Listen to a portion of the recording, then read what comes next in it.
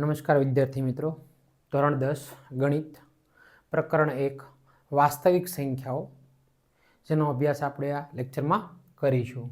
તો સૌપ્રથમ વાસ્તવિક સંખ્યાઓ જે પ્રકરણ છે તેમની અંદર આપણે જે નાના ધોરણોમાં શીખી ગયા છીએ તે લસા અને ગુસા। લસા એટલે કે લઘુત્તમ સામાન્ય અવયવ, ગુસા એટલે કે ગુરુત્તમ સામાન્ય અવયવ। પરંતુ આપણને જે તે સંખ્યા આપવામાં આવી છે તે સંખ્યાના અવયવ જે છે તે આપણે અવયવ વૃક્ષની રીતે અવયવ પાડવાના રહેશે અને લસા અને ગુસા તેમના મેળવવાના રહેશે। તો સૌપ્રથમ આપણે લસા અને ગુસા વિશેની સામાન્ય સમજૂતી મેળવીએ। તો લસા જેને અંગ્રેજીમાં LCM કહેવાય, લેસ્ટ કોમન મલ્ટિપલ, એટલે કે લઘુત્તમ સામાન્ય અવયવ, જેમની વ્યાખ્યા આ રીતે થશે કે આપેલી સંખ્યામાં રહેલા તમામ અવિભાજ્ય અવયવોના મહત્તમ એટલે કે વધુમાં વધુ ઘાતાંકવાળા પદોનો જે ગુણાકાર હોય છે તેમને લઈ અને આપણે કોઈ પણ સંખ્યા હોય તેમનો લસા મેળવી શકીએ છીએ। એવી જ રીતે ગુસા જેને અંગ્રેજીમાં SCF કહેવાય, એટલે કે હાઈએસ્ટ કોમન ફેક્ટર્સ અથવા GCD ગ્રેટેસ્ટ કોમન ડિવાઇઝર, એટલે કે ગુરુત્તમ સામાન્ય અવયવ, જેમની વ્યાખ્યા આ રીતે થશે કે આપેલ સંખ્યામાં રહેલા સામાન્ય અવિભાજ્ય અવયવના નાનામાં નાના ઘાતાંકવાળા પદોનો ગુણાકાર હોય અને એના દ્વારા આપણને ગુરુત્તમ સામાન્ય અવયવ એટલે કે ગુસા છે તે મળી જાય છે। ગુસા જેને આપણે A અને B સંખ્યા તરીકે લઈએ અને એને ગુણ્યા લસા A અને B સંખ્યા તરીકે લઈએ તો ગુસા અને લસા, તો જે બે સંખ્યાના ગુસા અને લસા આપણે મેળવ્યો હોય તો તે બંને સંખ્યા A અને B એનો ગુણાકાર કરી અને તે મૂળ સંખ્યા આપણને મળી જાય છે, એમ આ વાક્ય કહેવા માંગે છે। તો અહીં આપણે જોઈ શકીએ છીએ કે લસા અને ગુસા બંને એકબીજાના વિરુદ્ધ છે। અહીં આપણે જોઈ શકીએ છીએ કે મહત્તમ એટલે કે વધુમાં વધુ ઘાતાંકવાળા પદ લેવામાં આવે છે, જ્યારે ગુસાની અંદર નાનામાં નાના ઘાતાંકવાળા પદ લેવામાં આવે છે। અહીં વધુમાં વધુ છે, અહીં નાનામાં નાના છે, એટલે કે બંને એકબીજાના ઓપોઝિટ છે। તો હવે આપણે આ ગુસા અને લસા એમની વ્યાખ્યાઓ જોઈ, હવે થોડાક વ્યવહારિક ઉદાહરણો દ્વારા આપણે ગુસા અને લસા છે તેમને વિગતવાર સમજીએ। તો અહીં આપણને એક ઉદાહરણ આપવામાં આવ્યું છે, 672 અને 120 નો ગુસા અને લસા શોધો। તો આપણે આગળ વાત થઈ તે મુજબ કે સૌપ્રથમ આ જે દરેક સંખ્યા છે તેના અવિભાજ્ય અવયવ વૃક્ષની રીતે એના અવયવો પાડવામાં આવે છે। તો એમાં જે 6 છે તો સૌપ્રથમ આપણે અવિભાજ્ય અવયવ વૃક્ષની રીતે અવયવ કઈ રીતે પાડો, તો જે સંખ્યા આપણને આપવામાં આવેલી હોય તે સંખ્યાને બ્રેકેટમાં એટલે કે ખાનામાં લખવામાં આવે છે। હવે જ્યાં સુધી કોઈ પણ સંખ્યા હોય તેનો એકની સાથે તો ભાગ ચાલે જ છે, એટલે એક સંખ્યા આપણે ગણવાની નથી, પરંતુ જ્યાં સુધી કોઈ પણ સંખ્યા હોય તેનો જો 2 સાથે ભાગ ચાલતો હોય તો ત્યાં સુધી આપણે 3 ની સાથે ભાગ ચલાવશું નહીં। આ અવયવ પાડવા માટેની યોગ્ય રીત છે।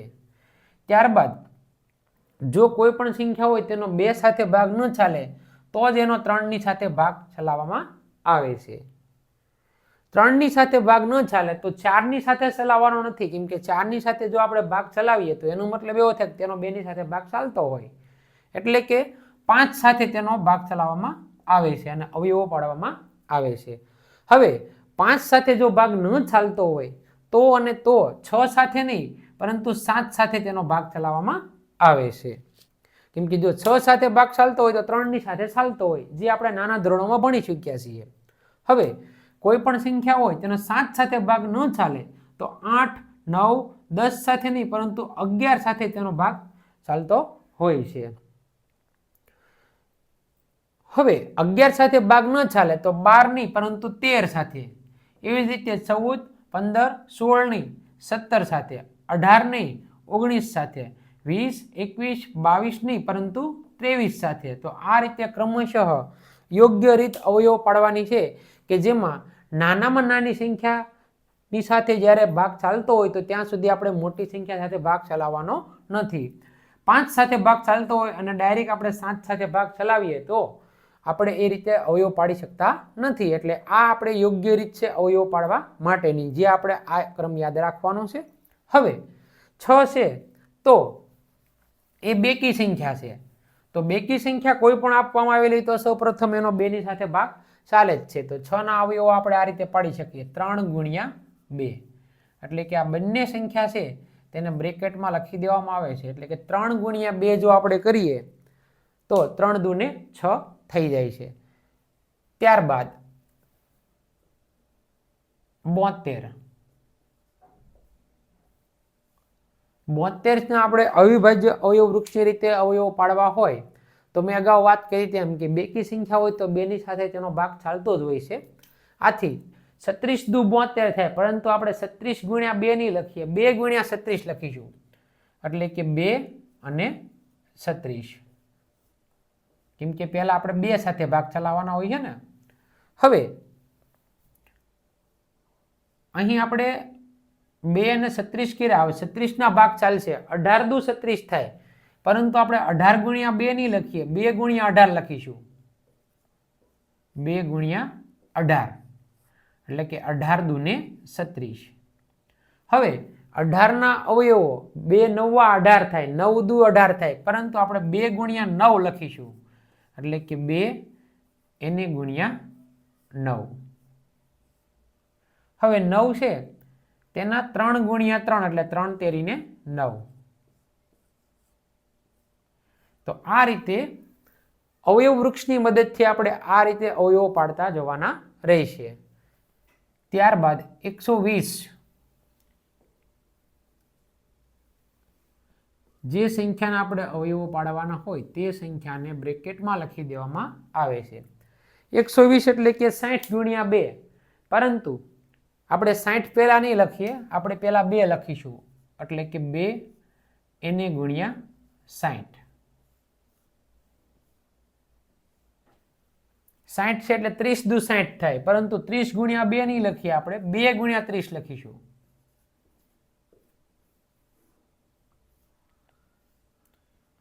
30 છે એટલે 15 દુ 30 થાય, પરંતુ 15 ગુણ્યા 2 નહીં લખીએ, 2 ગુણ્યા 15 લખીશું, કેમ કે 2 સંખ્યા છે તે નાની છે 15 કરતા. હવે 15 માટે થઈને 5 તેરી 15 થાય, પરંતુ 5 ગુણ્યા 3 ન લખતા 3 ગુણ્યા 5 લખવામાં આવે છે. એટલે કે 3 એને ગુણ્યા 5. હવે આ રીતે આપણા અવયવ વૃક્ષની મદદથી આપણે અવયવો પાડી શકીએ છીએ.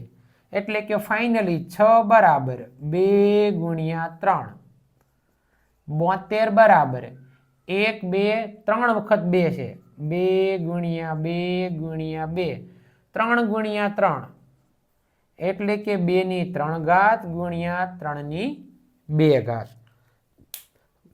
120 માટે 120 બરાબર 2 ગુણ્યા 2 ગુણ્યા 2 ગુણ્યા 3 ગુણ્યા 5, 2 3 વખત છે, એટલે કે 2 ગુણ્યા 2 ગુણ્યા 2 ગુણ્યા 3 ગુણ્યા 5, એટલે કે 2 ની 3 ઘાત ગુણ્યા 3 ગુણ્યા 5.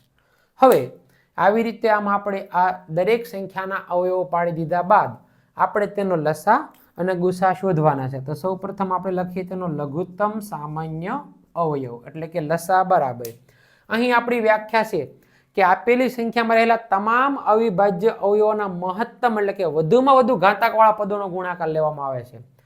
તો અહીં આપણે જોઈ શકીએ છીએ કે ફક્ત ને ફક્ત અહીંયા 2 ની 1 ઘાત છે, અહીંયા 3 ની 1 ઘાત છે, કાંઈ ન હોય તો 1 ઘાત તો હોય જ છે.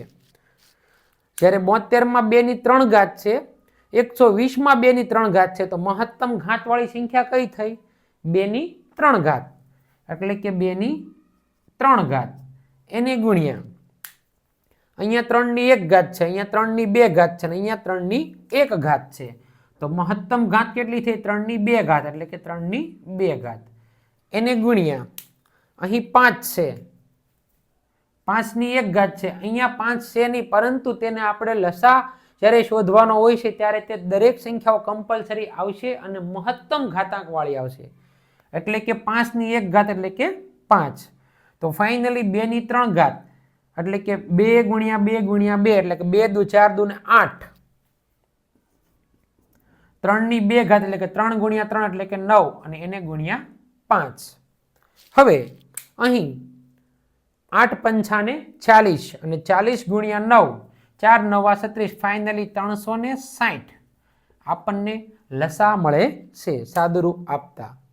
એવી જ રીતે હવે ગુરુત્તમ સામાન્ય અવયવ, જેમની વ્યાખ્યા છે કે આપેલી સંખ્યામાં રહેલા સામાન્ય અવિભાજ્ય અવયવોના નાનામાં નાના ઘાતાંકવાળા પદોનો ગુણાકાર લેવામાં આવે છે. તો અહીં આપણે જોઈ શકીએ છીએ 2 ની 1 ઘાત છે, 2 ની 3 ઘાત છે, અને અહીંયા 2 ની 3 ઘાત છે. તો નાની ઘાત કેટલી થઈ? 2 ની 1 ઘાત એટલે કે 2, એને ગુણ્યા 3 ની 1 ઘાત, અહીંયા 3 ની 2 ઘાત, અહીંયા 3 ની 1 ઘાત એટલે કે 3 ની 1 ઘાત એટલે કે 3. 5 અહીંયા છે પણ અહીંયા છે નહીં, એટલે 5 ને આપણે લસામાં જેમ ગણતરીમાં લેતા હતા ગુરુત્તમ સામાન્ય હોય એટલે કે ગુસ્સામાં આપણે એને અવગણી દેવાના છે, એટલે 5 ને આપણે ગણતરીમાં લઈશું નહીં. ફાઇનલી 2 ગુણ્યા 3 એટલે કે 6 મળે. આમ ઇઝીલી આપણે દરેક સંખ્યા જો આપવામાં આવેલી હોય તો તેનો લસા અને ગુસા ઇઝીલી મેળવી શકીએ છીએ. દરેક વિદ્યાર્થી મિત્રો આનો સ્ક્રીનશોટ લઈ લો.